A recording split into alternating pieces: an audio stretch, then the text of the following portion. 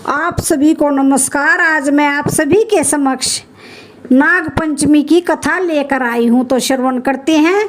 एक सेठ के 7 लड़के थे, सातों विवाहित थे। सबसे छोटे लड़के की पत्नी सुशील और बुद्धिमान थी। उसका कोई भाई नहीं था। एक दिन बड़ी बहू सभी को साथ लेकर मिट्टी लाने के लिए गई। वे खुरपी से मिट्टी खोदने लगी। तभी वहाँ एक सांप निकला, जिसे बड़ी बहू खुरपी से मारने लगी। यह देखकर छोटी बहू ने कहा, इसने हमारा क्या बिगाड़ा है? इस बेचारे निरपराध को मत मारो। यह सुनकर बड़ी बहू ने उसे नहीं मारा।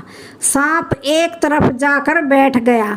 छोटी बहू ने उससे कहा, हम अभी लौट कर आते हैं, तुम यहीं रुकना, जाना मत। यह कहकर वह सबके साथ घर चली गई और वहां जाकर कामकाज में लग गई और भूल गई कि उसने सांप को रुकने को कहा है। दूसरे दिन याद आने पर वह वहां गई तो सांप वहीं था। वह बोली, मुझे क्षमा करना भैया, मुझसे भूल हो गई। सांप ने कहा, भैया कहा है तो छोड़ देता हूँ। आज से तू मेरी बहन है, जो इच्छा हो मांग ले। उसने कहा, मेरा कोई भाई नहीं है, मुझे भाई मिल गया। कुछ दिन बाद वह सांप मनुष्य का रूप लेकर बहन के घर आया और कहा, मेरी बहन को मेरे साथ भेज दो। सांप ने विश्वास दिलाया कि वह उसका दूर के रिश्ते का भाई है। रास्ते में बहन को अपने वही सांप होने की बात बताई। सांप के घर पहुंचकर वहां का ठाठ बाट देखकर वह हैरान रह गई। एक दिन सांप की माँ ने कहा, मैं एक काम से बाहर जा रही हूँ, तू अपने भाई को दूध पिला देना। उसने दूध दिया, वह गर्म था। सांप का मुंह जल गया। यह देखकर सर्प की माता बहुत गुस्सा हुई। सांप ने कहा कि बहन को अब उसके घर भेज देना चाहिए। तब सांप और उसके पिता ने उसे बहुत सा सोना, चांदी, जवाहरात, हीरे, वस्त्र आदि देकर उसके घर पहुंचा दिया। इतना सारा धन देखकर बड़ी बहू ईर्ष्या से बोली, भाई तो बड़ा धनवान है, तुझे अधिक धन लाना चाहिए था। सांप ने यह सुना तो उसने और धन ला कर दिया। सांप ने छोटी बहू को हीरा मणियों का एक अद्भुत हार दिया। उसकी प्रशंसा उस देश की रानी ने भी सुनी और वह राजा से बोली कि सेठ की छोटी बहू का हार यहाँ आना चाहिए।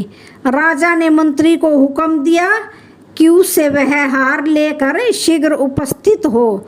मंत्री ने सेठ जी से जाकर कहा कि महारानी जी छोटी बहू का हार पहनेंगी, वह उससे लेकर मुझे दे दो।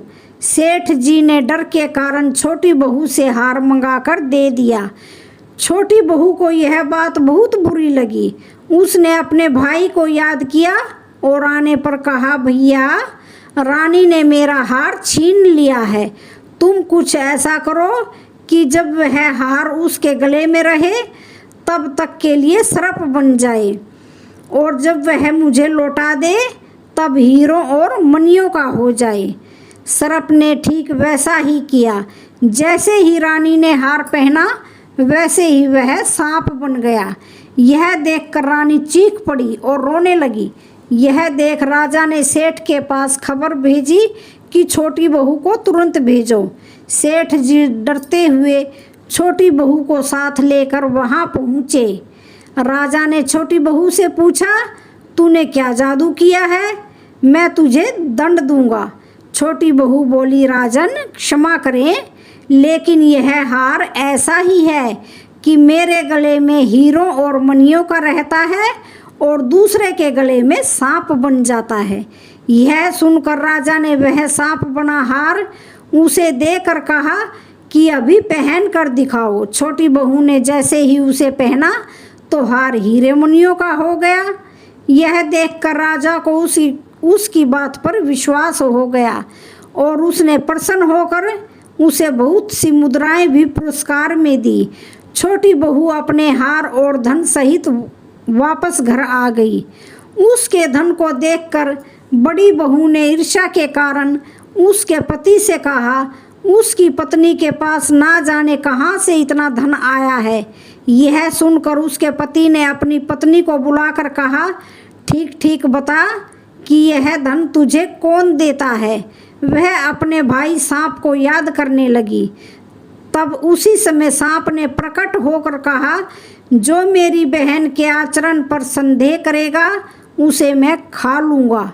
यह सुनकर छोटी बहू का पति बहुत प्रसन्न हुआ और उसने सांप देवता का बड़ा सत्कार किया और उसी दिन से नाग पंचमी का त्यौहार मनाया जाता है और स्त्रियां सर्प को भाई मानकर उसकी पूजा करती है। तो बोलिए नाग देवता की जय हो।